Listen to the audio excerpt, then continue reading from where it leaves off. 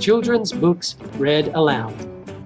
Please subscribe and like and share our videos. Thanks for watching. Rainbow Magic.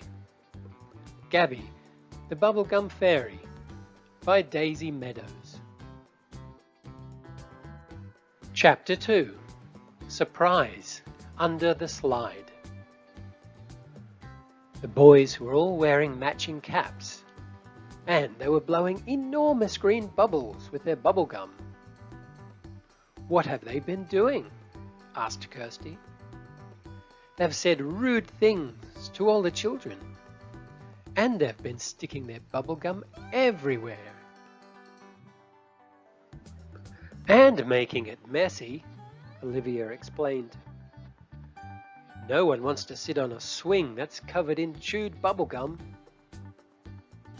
She reached into her pocket and pulled out a packet of bubblegum. "Would you like some?" she said.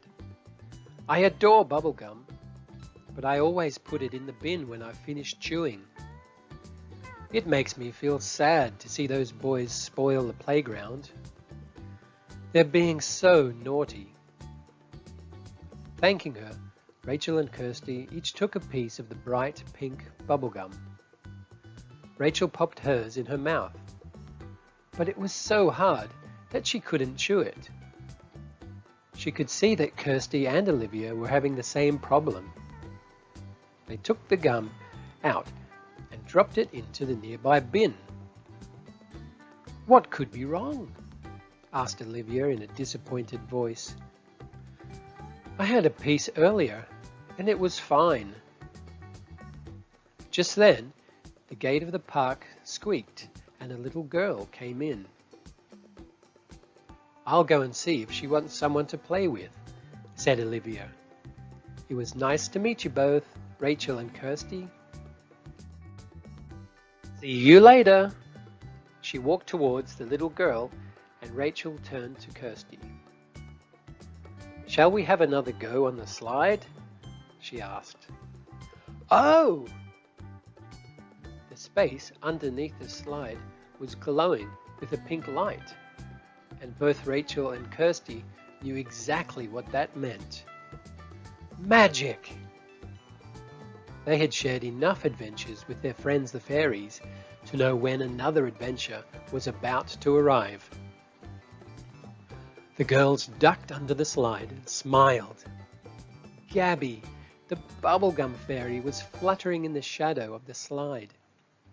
She floated down and hovered in front of them.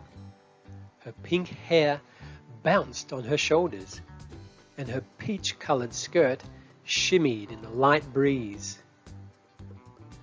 "Hello, Rachel and Kirsty," she said in a sweet voice.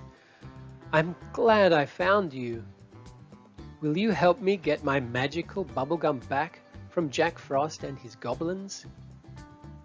"Of course we will," said Kirsty at once.